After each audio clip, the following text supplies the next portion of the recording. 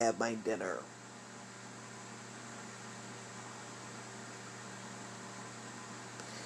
Do I like McDonald's? I love McDonald's because McDonald's has good food. I just love McDonald's.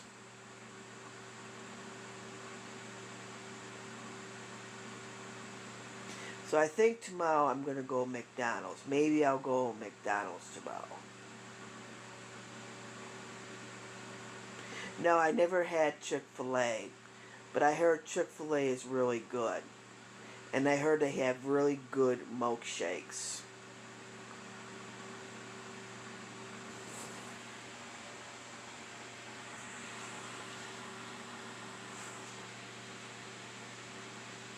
What did I do today? I went grocery shopping today. What else did I do today? I went to the vitamin store. I didn't go in the vitamin store. My mom went in the vitamin store because she got me some vitamin pills. And vitamin pills are very good for you. Oh, what did I have for dinner? I had toast with cream cheese. I had nuts. And then I had crazy bread. No, I'm not going to eat any more because I'm trying to lose weight. That's why I didn't buy any sweets. I almost got tempted buying candy, but I didn't buy any candy. I can't have too much sugar, guys. I have diabetes, okay? So I cannot have too much sugar. Okay?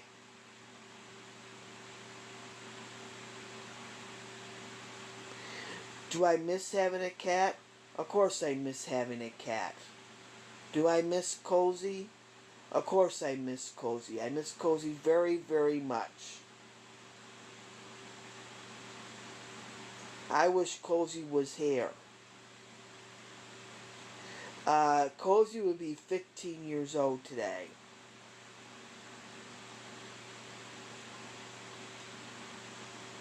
He was a wonderful kitty cat. He never scratched the furniture. He never scratched anything. He was a good kitty cat. He was very good. He was my best friend. And Sophia is my best friend too. But some reason I think she likes Grandma better than me. That's my mom. Yeah, I think she likes my mom better than me. I just wish Sophia would let me walk her. Now I'm talking about my dog, guys. But I do miss Cozy very much.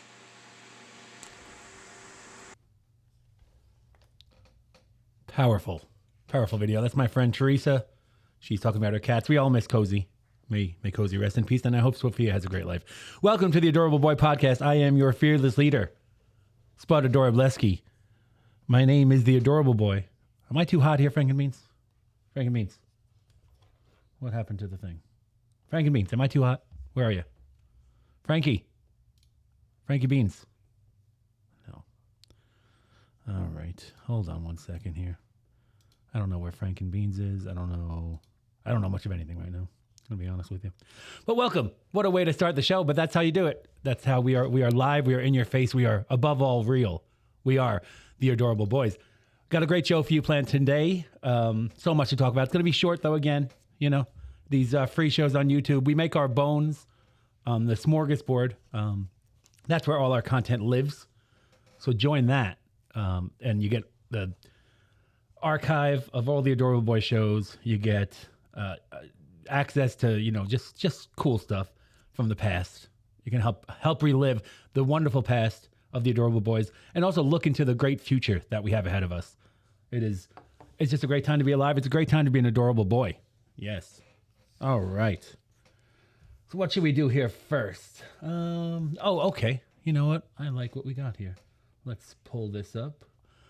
All right. So Jimmy Kimmel, another thing we didn't address on the last free YouTube show. We should address it now.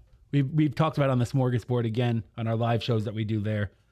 If you want to join it. If you can, the real ones know how to. We're making a lot of money off of that. It's been great for us. But we do a show just like this. It's just more in depth, and there's more of them.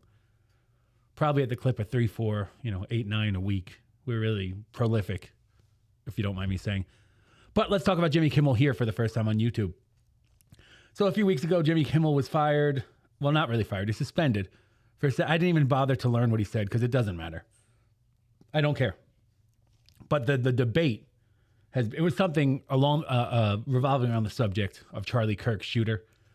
But the debate was, should the government be able to silence, voices of opposition?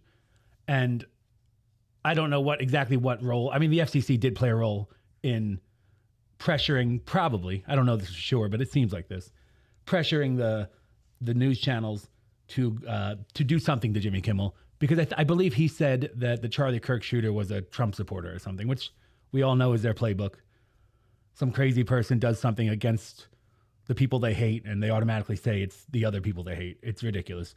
But that's what they were going with, and Jimmy Kimmel said it. Everyone should have, anticipated that. And he got suspended for a little while, then came back on. Probably more of a publicity stunt. He probably knew he wasn't going to be suspended for long. It doesn't matter. The thing is, it sparked a debate. And you have people who a year ago, 2 years ago, and I mean, tomorrow, if someone says something they don't like, they will seek to get them shut down. Can you shut off the Adorable Boy fountain, Frankenbeans? I don't even know where Frankenbeans is. That sound you hear is the Adorable Boy fountain in the stately Adorable Boy manner. So, that's just how we roll here. But I think it adds ambiance. Anyway, back to the Kimmel thing.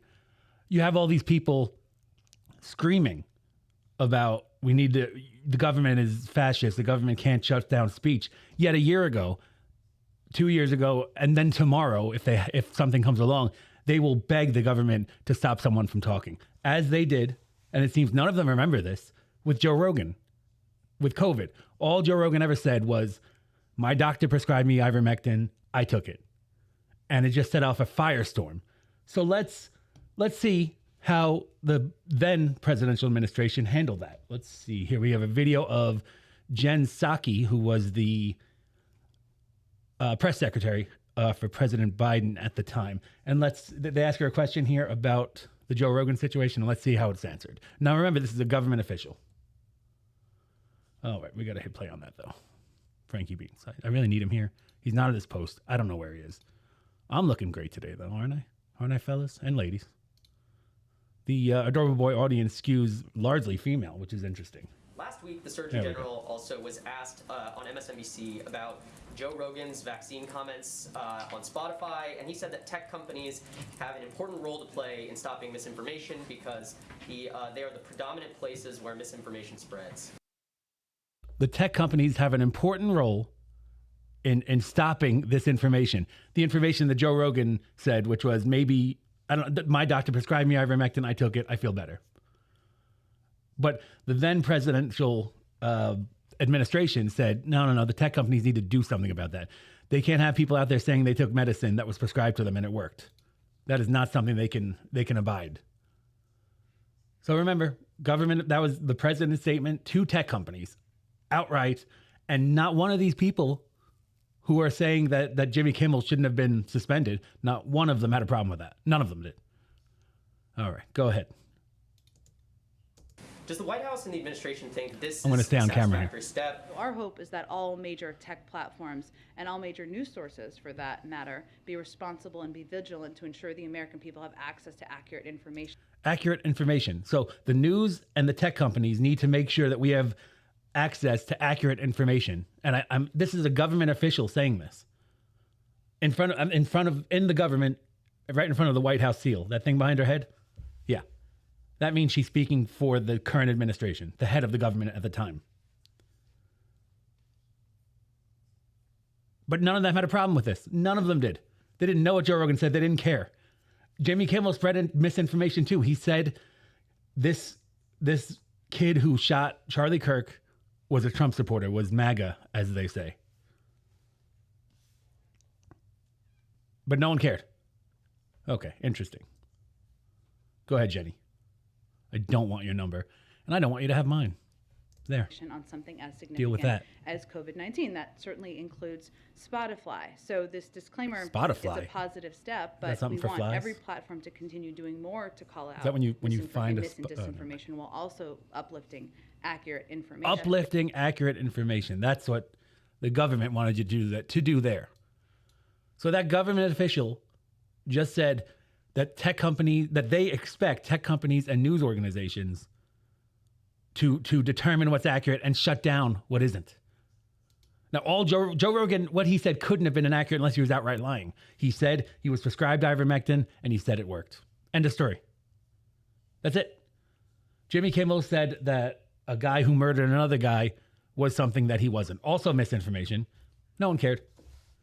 And that's, if the Adorable Boys are doing nothing else, we're trying to change hearts and minds. I would love for these people to understand, oh, wait a second. Yeah, I did call for the government to censor people. I did call for them to shut down people who said what I didn't like. It's not just happening now. It happened then. So maybe I shouldn't have supported it then if I'm against it now. And go on in the future and deal with that. All right. Well, that's all. I guess that's it for the whole Jimmy Kimmel situation. Jimmy Kimmel's not funny. He hasn't been funny in years. Adam Carolla is great. Jimmy Kimmel used to be funny. But like so many others, he got so caught up in hating Trump. He's not funny anymore. He just isn't. And I'm sure his show isn't making ABC any money. I'm sure they'd love to get rid of him if they could. They just would have faced a firestorm now. But maybe if that went a different way, Kimmel would be gone. Colbert is already gone on the other late night on CBS. So there we go. That's it. That's my take on the whole Jimmy Kimmel situation. He stinks. He's not funny. And that's his biggest sin. Actually, if he was funny, I think I could let things slide. But he's not. Hasn't been for years. Stinks, in fact. And so does his buddy Howard Stern, who, I'm not going to say he stole a lot of my bits over the years in radio, but the proof of the pudding's in the eating of it, as my neighbor used to say. Yes, my neighbor. All right, so let's go. Okay, kowtowing, yes. As you know, and I mean, that was part of the war on kowtowing. It's all part, as I've said many times before, evil is a force that endures through the centuries and generations, has many heads, but is really the same thing. And kowtowing is just another head of that. And so we fight it. We fight kowtowing with all our might. But sometimes the fight has to change a little. And we usually do Cornetvember at this time. And we're going to forego that for something a little more positive, for someone else. I never feel like I'm fighting kowtowing alone. I always feel like I have the Adorable Boy Disciples on my team. I don't always feel like I have other broadcasters, but that's okay. It's tough. It's in the nascent stages still. We're 5 years into this war on kowtowing, but it's still nascent. And it's fine. Good things are worth the wait. But sometimes there are broadcasters, legendary broadcasters, that are fighting with us. And I have to recognize them and salute them and thank them. And also bask in the help on the war on kowtowing. So no Cornetvember. That's not how we're fighting the war on the battle against kowtowing. We don't call it a war anymore. It's a battle. Forgive me for my slips. I am talking really fast. Huh. Well, professional broadcaster. That's all I have to say about that. Yes, thank you. That's the Adorable Boy fans out there. They're loving this. Yeah. Oh, thank you. Yeah. Yep. That's our homeless friend over there. Maybe we'll talk to him later. Might do an interview with him. Okay, so anyway, I'm really excited about this. So this a legendary broadcaster named Scorch. Maybe some of you have heard of him. I know Adorable Boy Disciples have. Members of the Smorgasbord can look him up. He's helping us with this war on kowtowing, and I want to show you how. And let's see, here it is. And you'll hear the tale of a fateful trip. It started from a tropic port aboard a tiny ship. The mate was a mighty sailing man, the skipper brave and sure. 5 passengers set sail that day for a 3-hour tour. A 3-hour tour. The weather started getting rough. The tiny ship was tossed. If not for the courage of that fearless crew, the minnow would be lost. The minnow would be lost. The ship's aground on the shore of this uncharted desert isle, with Gilligan, the skipper too, the millionaire and his wife, the movie star, the professor and Marianne, here on Gilligan's Isle. Wow. Sometimes all you can do is sit and wonder. The war against kowtowing isn't always an offensive. It isn't always, exposing these terrible kowtowing shows for what they are. And sure, that is a lot of that. But sometimes you just got to appreciate the professionalism and the instinct for entertainment that someone like Scorch brings to the table. Thank you, Scorch. Find Scorch online. Scorch is PFG TV. He's on all the social media. Just look up Scorch, maybe PFG. Pretty effing good. Scorch is legendary. Scorch used to do radio in Boston and all over the place. Wisconsin, California, I think. I don't know. But he's great. And hopefully there's more of that to come. I really enjoyed that. Thank you, Scorch. We appreciate you. And, if you ever want to come on the Adorable Boy podcast, I mean, the red carpet will be rolled out for you. And that's, millions and millions of listeners probably. So anytime, Scorchy boy, come on. And we'd love to have you. We'd really love to have you. All right. We're not doing super chats today because we don't. Oh, that's a foreign dignitary wants me to do an interview with him. Forgot to shut off my phone. Usually Frank and Beans does that, but he's disappeared. I'm getting a little worried, actually. Anyway, let's see. I feel we're not doing adorable chats this week. There's no time. This episode, there's no time. But don't worry, they'll be back. We're doing great. We can afford to do with what the smorgasbord makes. It's really, we're fine. But we do appreciate all the support you give us, definitely. But once again, usually after the war and kowtowing, we need some refreshment. We got the refreshment with Scorch, but let's do this anyway. Let's get inspired, shall we? Let's get inspired to handle the bidness that we need to handle. John Cena's inspiring tweet of the week. John Cena's inspiring tweet of the week. It will inspire you. He will inspire you because he's John Cena, and this is his inspiring tweet of the week. John Cena will inspire you with his tweets.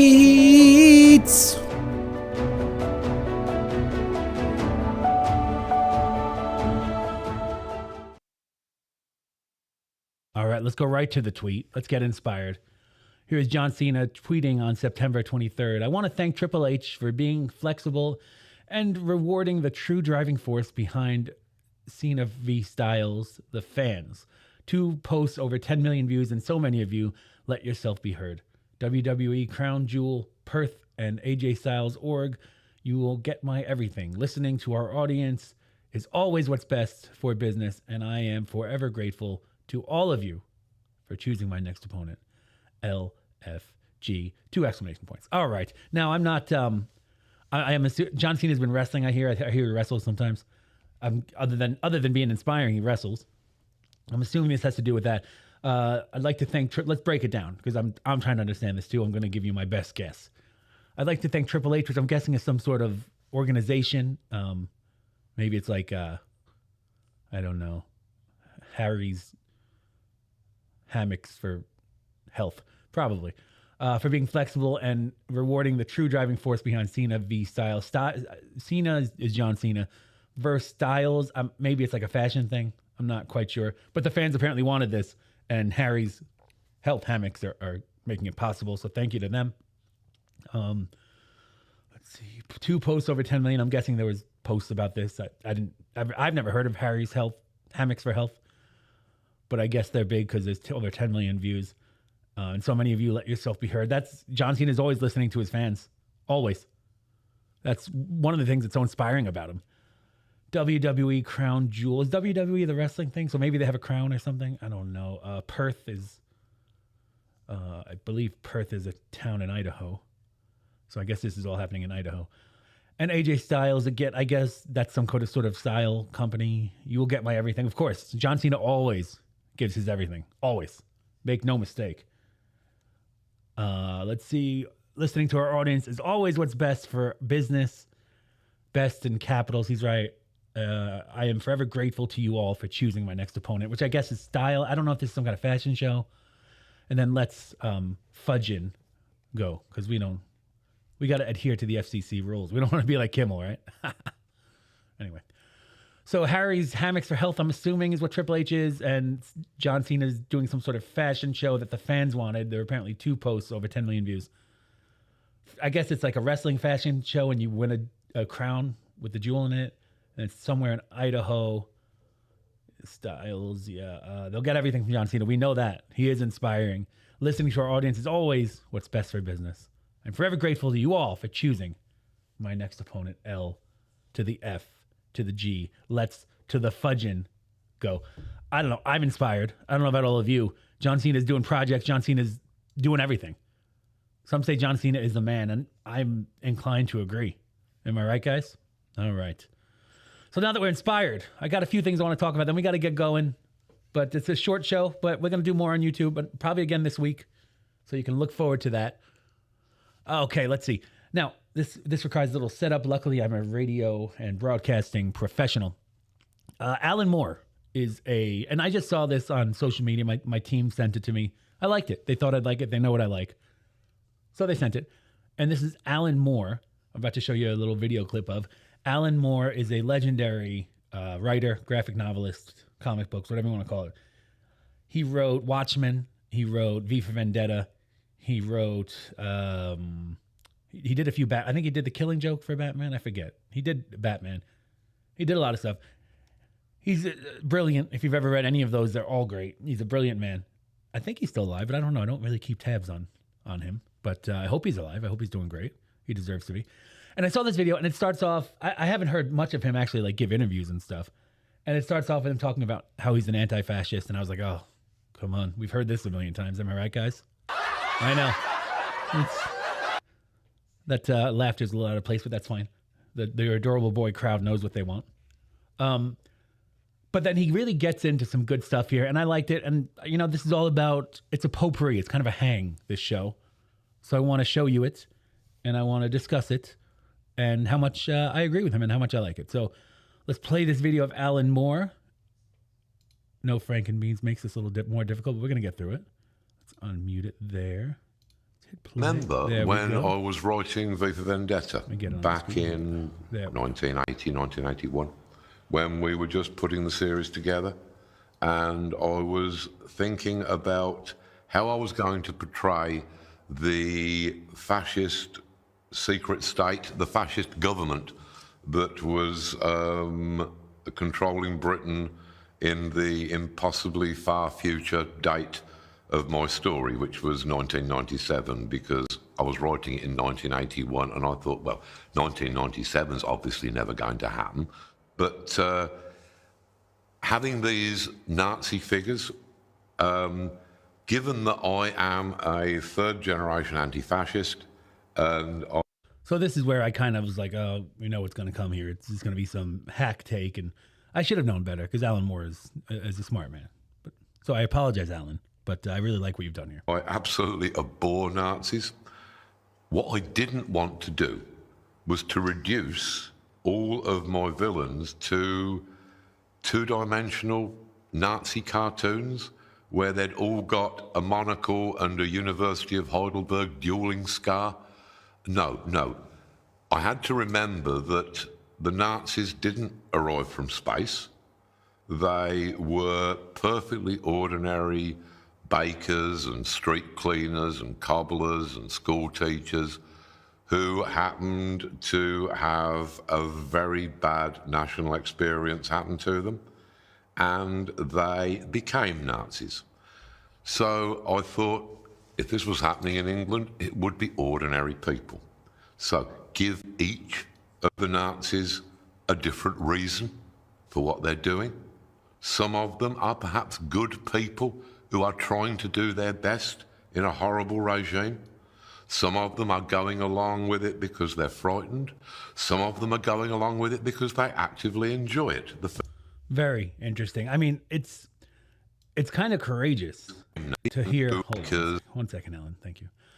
It's kind of courageous to hear someone say this, because I mean, there are so many people who would, if you just suggest the fact that these were people, the Nazis, you know, they'll call you everything. They'll call you a Nazi, basically, because Nazis become just some catch-all for someone people don't like.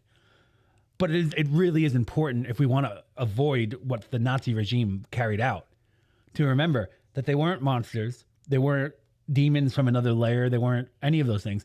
They were people who were put in a situation and made choices. And for many different reasons, as he said. I mean, he's a brilliant artist to think of this, because so many artists now, very one-dimensional. As he says, he didn't want to make it one-dimensional or two-dimensional. But these Nazis, these people who did horrific things and should be condemned for it, they wanted to go home. They wanted to, you know, buy shoes for their kids. They wanted all these things that normal humans do. Put in this situation, they made a choice that I hope I wouldn't make. I couldn't say for sure because I'm not in the situation. But they made the choice, well, I guess I just got to do this. I guess I just have to carry out what is wrong so I can live my life. It's a tough choice. I don't think I would make that choice. I think I would go against the abhorrent morality of that. But I don't know. You know, none of us can know unless we're in the situation. So how he says, you know, they were people. They were ordinary bakers. And then there were different types. I want to play that again so he gets to that. And street cleaners and cobblers and school teachers who happened to have a very bad national experience happen to them. And they became Nazis. What a great way to put that. Had a bad national experience happen to them. They had, you know, World War I carrying into the terrible German government, carrying into Hitler's rise. You know, none of that. I mean, you couldn't tell a baker there or a teacher, oh, that's all your fault. No, I mean, it's a tough question, but you couldn't place that on these people. Yet they had to deal with it. And they had to say, okay, well, this is my country and this is what's happening, so I'm going to follow. And that it was the wrong choice. Absolutely. But is it so not understandable? I think that's what he's saying, because to make them interesting characters, he had to do that. He had to portray them as they really were. So I thought, if this was happening in England, it would be ordinary people. So give each of the Nazis a different reason for what they're doing. Some of them. That's so brilliant. Again, that he's saying each of these people had different reasons for doing what they did, and explore that. I never read V for Vendetta. I saw the movie, but he was saying, again, they had motivations that weren't evil, but they were willing to accept evil, which even shows how important it is to build as solid of a philosophical background as you can. Because if you do that, if you dedicate yourself to equality and rights and individuality and over collectivism, if you build that foundation, when this choice comes, you will choose right every time. If you can do that, if you can understand that what is right, what is wrong, good, bad. There is a good, there is a bad. There are choices that lead to the good. There are choices that lead to the bad. Build that solid foundation of that understanding. And in a place like Nazi Germany, sorry to say that it could cost you your life. And it did, I'm sure, a lot of people. I don't know exactly, but it's also the only way to combat it, the only way to stop it. And when it does happen, if it does happen, it's the only way to battle it. And it's the only way it was defeated. A group of people with solid morality fighting for individuality, for freedom, for compassion, for humanity. That's how it stops it. That's what stops it. And art, like Alan Moore has created, helps us to understand that. That's why it's so important.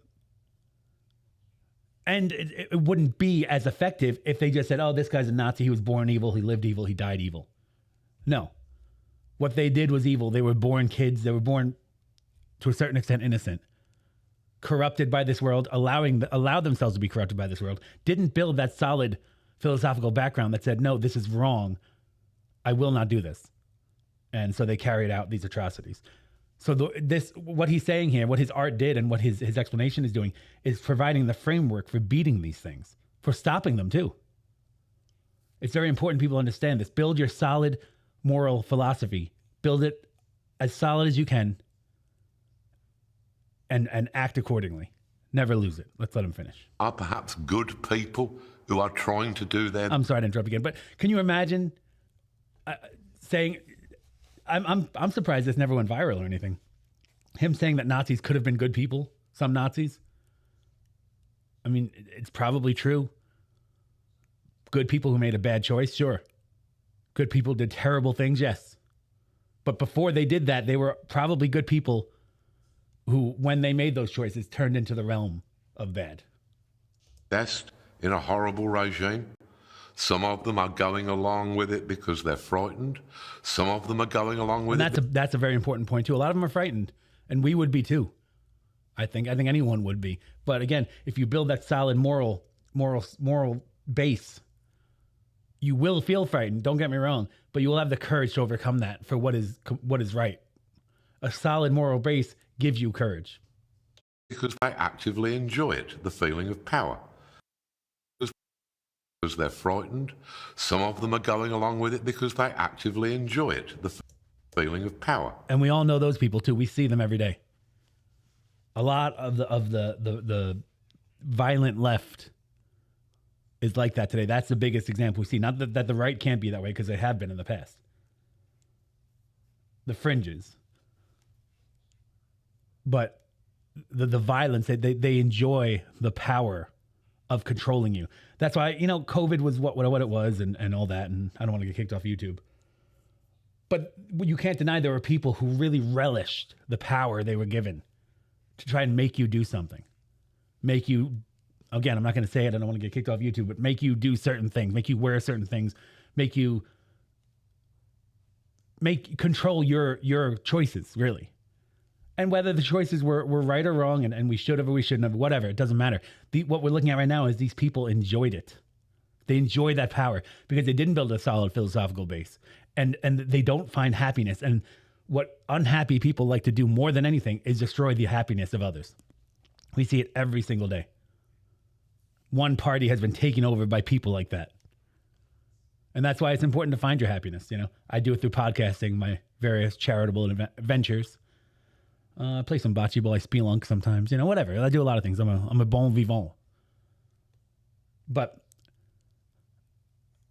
it's so important because the dynamics of what happened in Nazi Germany can happen anywhere and has happened probably everywhere.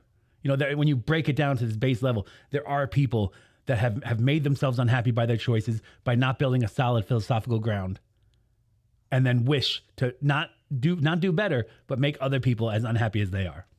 It's textbook. I think that's it. Yeah, that's it. Great job, Alan. We appreciate that. Love it. I just love it. Great job, Alan. I'm a big fan. I loved Watchmen. Wonderful book. All right. So let's see. Do we have anything else before we have to get to... Oh, the FAQ. We haven't done the FAQ yet. We got to do the FAQ. It's like the biggest part. Everyone loves the FAQ. Everyone loves it. All right. FAQ 1. We love the charity YouTube shows you're doing. You're welcome. How do you maintain such quality in every show from era to era? That's tough. It's not easy. You really have to adapt. Adaptability is, if I have to answer this question, is my answer. You just you gotta have a understanding for what people want, which I do, obviously. I'm giving it to you right now. And you gotta know how to execute it, which I do, of course.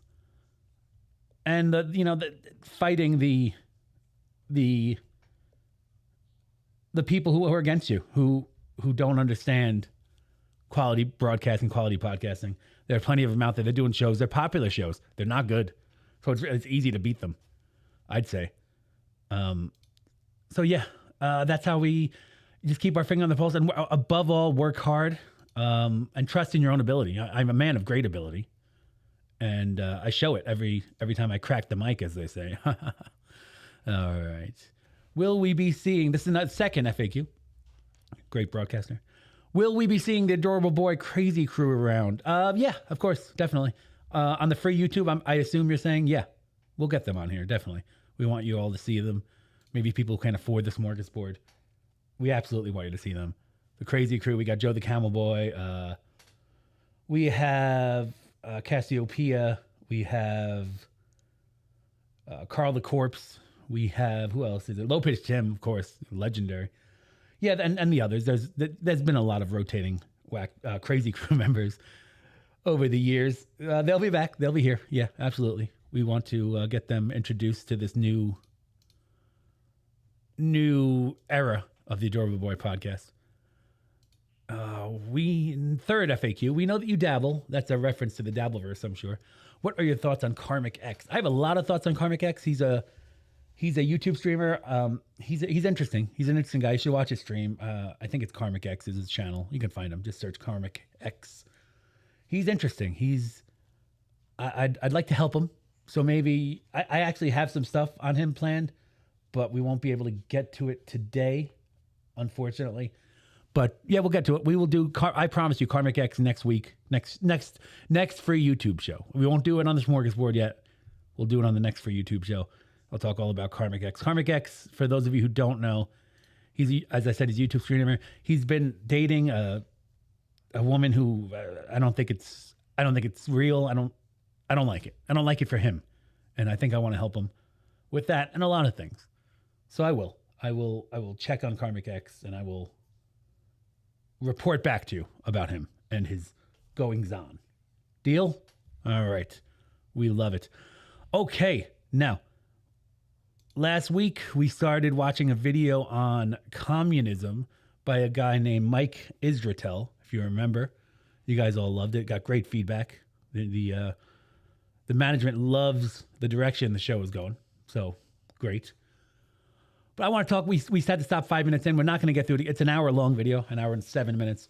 Maybe we'll do another 5 minutes on it, which will take about a half hour probably. I like what he said so far. He's kind of explained how communism doesn't have they rely on not having solid definitions for things, so they can change them at their whim to make things work. I really agree with that. The title of the video is Communism, the Good, the Bad, and the Ugly. I disagree that there's any good. I haven't watched this because I wanted to watch it fresh with the Adorable Boy Disciples. I think what he's going to say is good is helping people and giving charity to people when they need it and helping them to stand up when they fall down. All great things, not communism. That is helping people. That is kindness. That is Christian, Christian dogma. If I don't know if it is or not. It's Christian teachings. It's what Jesus told us to do. And, I'm sure there's in other religions that I'm not as familiar with, they say the same thing. So that's what that is. That isn't communism. Communism is force. Communism is greed. Communism is envy. So there we go. Let's see. Let's go back to Dr. Mike again. Renaissance Periodization. His YouTube channel. That's his brand. He's a smart guy. I like him. He's good with, there he is, right there. Nice guy. He grew up in Russia. Well, he was born in Russia, moved here at a very young age. He has PhDs and stuff like that. He's a very smart guy. Very funny guy, too. If you ever watch his videos, I suggest you do. Let's hit play on this bad boy. First, let's show you him. There he is. All right. Go ahead, Dr. For your basic needs, it's just a very simple math formula. It is your basic needs have been counted up by a variety of global organizations, World Health Organization, United Nations, and actually put a price tag on how much it costs to keep a person alive and basically housed and cared for with essential medicines on average per day. All right, and now he's talking. Really not that much hold money. on there, Mikey. It's something like he's talking about these indexes. I think that this is where he stopped. He's talking about these indexes that kind of address freedom and which economies are free, which economies aren't, and the cost of things and the quality of living and stuff like that. So that's what he's talking about here.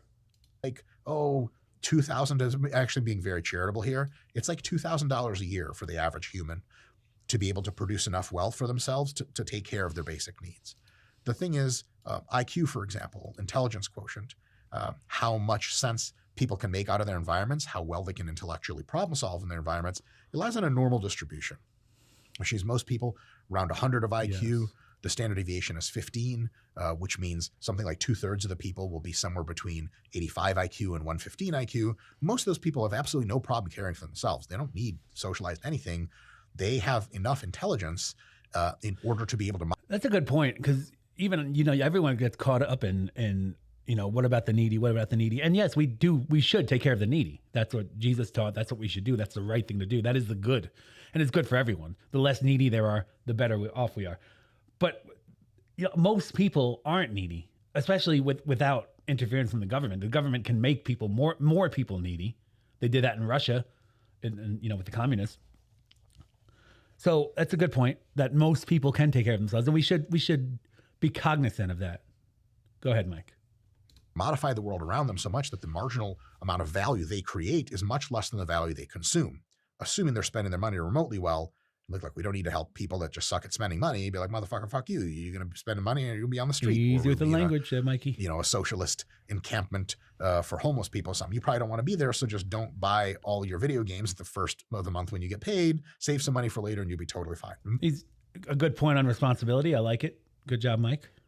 Almost every human being on Earth is a net producer of value, not a net consumer. Almost every human. That doesn't mean everyone. You get below IQ 75. I love that he's talking about this in terms of value. That's exactly what he should do. It's perfect. Value. Not necessarily, it's great. Good job, Mike. 5, 70, 65, you get into the ranges of folks that, though they look like adults and often talk roughly like adults do, they are mentally incapable of handling the typical tasks associated with adulthood, including managing finances, executing any real job with any sort of complexity. They make a lot of mistakes. Sometimes the theoretical ultrastructure of the job is beyond them. Yes, there are people not sufficiently intelligent to understand even how the burger making process at McDonald's works. That's a real thing, where the interface of a microwave is too confusing for them to use effectively. They're just guessing, basically.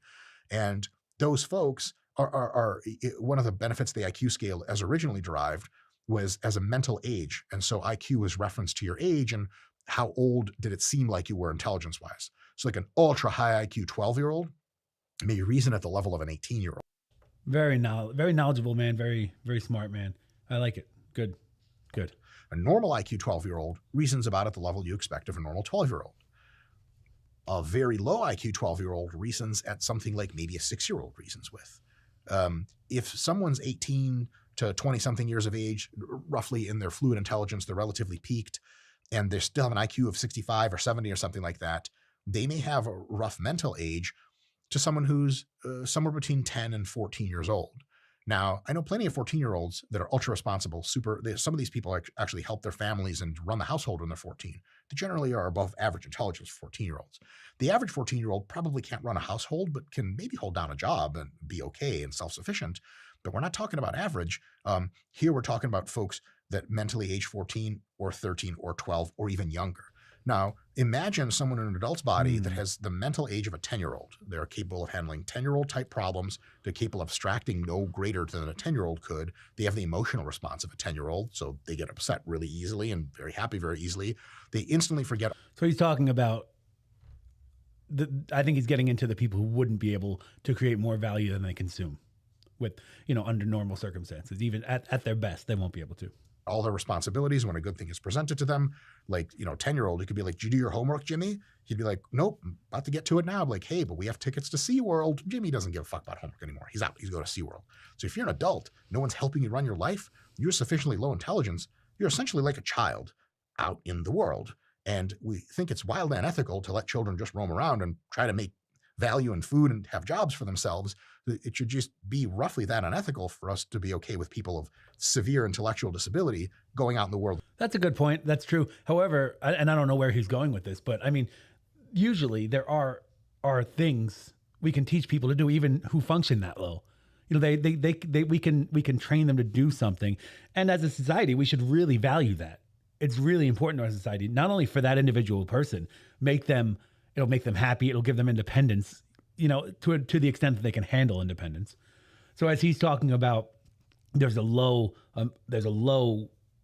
percentage of people who are so disabled that they can't do anything. They can't have a job. They don't reason at a 14-year-old level who can have a job and keep it and function in that world comfortably. or at all. I'd say I don't know what he's about to say, but I'd say that percentage is even lower than he thinks, because I think now there are some, I assume, very, very few who really just can't function that way because of their disabilities. Understandable. And they should be taken care of. I agree. It's best for our society if they do. That's what I want. But if our society really starts valuing, hey, this kid, he's 18 years old. He's low functioning mentally and emotionally. Maybe we can teach him to do this job. Teach him to not only do it, but have respect for himself. Try to get that concept as much as the person can. That, hey, this is a job and you're doing it and you should be proud of that. I think that's a great way. I love that he brought this up. I don't usually think of this in terms of communism, but it's completely relevant and valid and brilliant. I think that take these people that everyone says can't do things and see what they can do. I bet a lot of them can do a lot more than we think they can. Go ahead, Mike. Them doing things by themselves. And in this case, my whole Ayn Rand bullshit, all the free market, totally free thing can't work at some distant future when we're insanely wealthy. I don't appreciate the Ayn Rand BS remark, but maybe he'll clarify that. The free market is ideal. We can't get that. We can't get there from right here. We just can't. But what we really need to understand is the closer we can get to that free market, if we can get there, great. If we can't, the closer we can get, the better off we will all be. It isn't BS, as Mr. Mike says. It is, as I was talking about before, you define the good. The good is economic freedom. That is the good. The good is economic freedom with people who understand, whether it's through religion or just logically. The less people there are that can't care for themselves, the less people there are that are miserable, the worse off society is. You get crime, you get drugs, you get all of these things. So get everyone to a point where they understand that we need to help the people that have trouble helping themselves, and we need to get them to the point where they don't need help anymore. And they will be happier, our society will be better. And yes, is that utopian? If it is, then anything good is. Anything where you strive toward the good is utopian. And maybe sometimes it can be met and sometimes it can't. Can we ever get to a completely free market as humans? I think probably. It'll take hundreds of years, maybe, probably. But we, as in our time, in this time, we have be set upon by the evils of communism and socialism and fascism and all of these things and collectivism. We have to keep making tiny steps towards that free market with that as the goal always. And if we don't get to the free market, we will still be better off than if we didn't even try. So there, the Ayn Rand bull dinky thing. It's easy to say. I don't think Mike is probably all that well versed in Ayn Rand, so I'll forgive him. I think he should become well versed in her, because she's not, some kind of celestial being. She's a human being, but she had great ideas. And she was, and even though she was an atheist, I don't know that I've seen a philosopher other than Aquinas, who Ayn Rand was very influenced by, who comes closer to what I believe God wants for this world. Individuality. And yet with helping people, not just because you want to seem like you're nice or whatever, but because it makes the world a better place. It improves that person's life that you help. That's the free market, but with charity. That's what the goal is. But I think for now, it bears at least thinking about maybe these folks can be helped by the state to make sure that this is someone taking care of them. I'm all for the state helping them. I just don't want the state to keep them in this cycle of need, so that they always need the state, so the state never loses power. And that's what we're in. Children, like if you're an orphan child, you don't have parents to take care of you anymore. You have no ability to produce value yourself. You probably need someone to take care of you. And I'm not interested in living in a world in which we just have orphan children fucking about. But that is a good point. He's getting to the point of, we help these people and everyone's world is better. However, why does the state, and this is where he should read Ayn Rand, why does the state need to do that? Why do we need the state to do that? Why can't private companies do that? And the thing with the private company, if we find out they're corrupt, if we find out they're doing something wrong, away with you. You can't do that with the government. You can, but it ain't easy. There's got to be a war. That's why private is better. That's why, if we could privatize adoption, if we could privatize all the things. Now, I don't know exactly how that would work, or even if it's possible. But it should be looked at. It should be worked towards. Because when profit is on the table, good things happen. Services get better. People watch the kids more. Why? Not just because, and not just for profit, also because they want to help these kids, and these hypothetical kids we're talking about. But profit is there too, and it feeds itself, and it works. It just works. So I get what Mike's saying, and maybe the state does need to be involved to some extent, but not to the extent it is, because it's not working anyway. We can see that. And you're like, yeah, what's that kid? It's a 4-year-old. Is he lost in the subway? They're like, no, he's not lost. He's just homeless. He's orphaned by himself. We're like, but we should help that kid. Like, nah, fuck him. Like, fuck that. That's insane. So I think there are very few people who would have that attitude. There are some, don't get me wrong. Very few though. And the ones that do are evil. Are absolutely use cases for socialism, specifically. Don't compromise Frank quality and insurance Beans, for savings or your time for this when ad. are you going Hit to that do the skip premium? button. Or You've spent money on it. In sort of making sure that Go ahead. bottom end of the safety net works effectively, and that no one's. I'm all for a safety net, Mike. And maybe even the government does have to be involved in it for now. But the goal should be to gradually decrease the government's role in that safety net. Because the government isn't capable of being the sole provider of a safety net. They aren't. We can do it. We can do it as people. We absolutely can, but they can't. The government as a unit can't. Either hungry or homeless or totally bereft of medical care, or they're so unable to care for themselves that nobody's going to come care for them, and they live in destitution. No thanks. Not in modern society. So those are the upsides, and that's kind of the thing that gets socialists in, or people who. Those aren't the upsides. Those are upsides. Yes, taking care of the people that need it, but that isn't an upside to communism or socialism, because it doesn't happen. It can't happen. By definition, they are both evil from the ground up, and that this is the crux of. I figured this is where it would go. He's a very brilliant man. Those are not taking care of children and sick and the people who need it is not an upside of communism, because it doesn't do that either. It's not an upside of socialism. It doesn't do it. We can do it. Again, we can do it. We can take responsibility. We can band together logically and faithfully, and we can help with these problems. We really can. We can make so many lives better. The government is incapable of doing it. Think about socialism and get into it politically, or they're drawn to it emotionally. So first of all, you might have heard me say this before, but almost all political leanings are purely emotional in nature. I know almost no one. That's a good point. I like that. Very good. No one I've ever had political debates with to where the reason that they hold their opinion is a different interpretation of the technical data on the subject. I don't know, like that's happened like twice. Almost everyone who has very, very strong political views is feeling their way towards those views. I don't know if you would call my views feeling. I mean, maybe, and of course everyone would say that. But I'm going on logic. I'm going on reason. I'm going on evidence. I'm going on history. And not only has socialism, communism borne out to be terrible in every large scale application of it, and small ones too, small scale ones too. But philosophically, it's wrong. We see why it fails. We know why it fails. Because it's collectivist. It destroys the individual. It ignores the individual. It violates your rights by making you give to an entity that you don't know what they're doing with your money. Your value. You're trading value for money, and then you're giving that money to them because you have to. If you don't, you'll go to jail. You're doing that at the point of a gun, as Yaron Brook likes to say. So again, those aren't the helping people isn't the upside of communism. It isn't. Helping people is helping people, and communism doesn't do it. And one of the things about socialism that people really feel their way towards is that appeal of the social safety.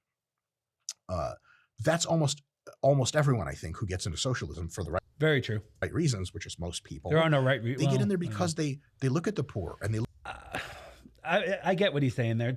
People don't realize what I'm saying, so that's why they get, and that people probably, when they start in on it, they really do have a heart to help. And then, they kind of go one of two ways. They either go more towards socialism and will accept incongruencies and inconsistencies and accept them as true and get deeper and deeper into socialism. Or some people go into socialism when they're younger and then realize, oh, wait, this isn't quite right. And you veer off. And I'd be in that camp. If you asked me when I was, a young boy of 20, just starting off in my radio career, I probably would have been more apt to be okay with socialism. Then I learned about it. Then I learned the truth about it. And I am where I am now.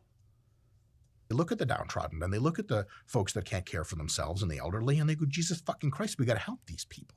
And there's a rich guy fucking owns his own steamboat and he's like, nah, see, he doesn't need all that money. That's those people do exist, I guess. Rich guy, McBleepin owns his own steamboat. I wouldn't say there are too many though. I think, and we would benefit by educating those people and being like, hey, idiot, the more people suffering, the more crime there is, the worse everything is for you too. You can be shielded up from it for a while, but not forever. So it's in your best interest, not only for safety to do that, but also, the more money the government will keep taking from you. So if you provide money without them having to make you, you'll have to spend less money. It's logic. And that's how I would sell it to Mick owns his own boat. And fuck them, right? And there's a lot of there's a lot of heartfelt emotion there that's just fucking true. It's right. Like, you should disturb you to see that someone's fucking on their hands and knees, barely able to scrape by. Absolutely. 100%. True. And I think that's morality, Christian morality, or just if you have good morality and you're not Christian or you're atheist, whatever. Good morality says, hey, this is bad. We should fix this somehow. I haven't met too many socialists that like socialism because on the technical grounds, it's an efficient way to run an economy where its long-term capacity for wealth production is higher. But most of them don't think about that. They think, really the reason a lot of people get so mired in socialism is because they want to belong. And they're also kind of lazy. So they say, government, tell me what to do and I'll do it. And then I can call myself a good person. It's like the government hands out seals. Oh, you're a good person. You're a good person. You're a good person. They're not thinking about it. They're not thinking about the truth, the actual way it plays out. And the philosophy of it, which again, as I said, is rotten from the ground up. Or anything like that, or aligns better with political theory. I haven't met hardly any socialists like that at all. Most people will sprinkle in justifications for it, but the real reason they're for it is that social safety net, which is why a lot of socialists... I would agree with that, but people think, anyway, that they're there for that social safety net. All right. I hate to cut this Adorable Boy podcast short, but I have a lot of charitable dealings to deal with. That makes sense. And I have some fish to eat, some raw fish. Not sushi, just whole fish. We are the Adorable Boy podcast. We're going to go right back into this. We're at 1936. Let me note that. I don't know where Frankenbeans is. Probably should send someone to find where he is. I did this producer list, but I'm a professional, so whatever. It's no big deal. I want to thank you for joining us on this episode of the Adorable Boy podcast. I hope you learned. I hope you laughed. Maybe even cried. Sure. I'm very inspiring. So is John Cena, and I know he inspired you. But we are going to have another YouTube show this week. I'm telling you that. So we look forward to that. It was so good to see you all. Thank you for joining us on this Adorable Boy podcast. Tell your friends if they're not Adorable Boy disciples already. We will see you next time. Thank you again. Have a great tomorrow. This is Spud the Obscure signing off.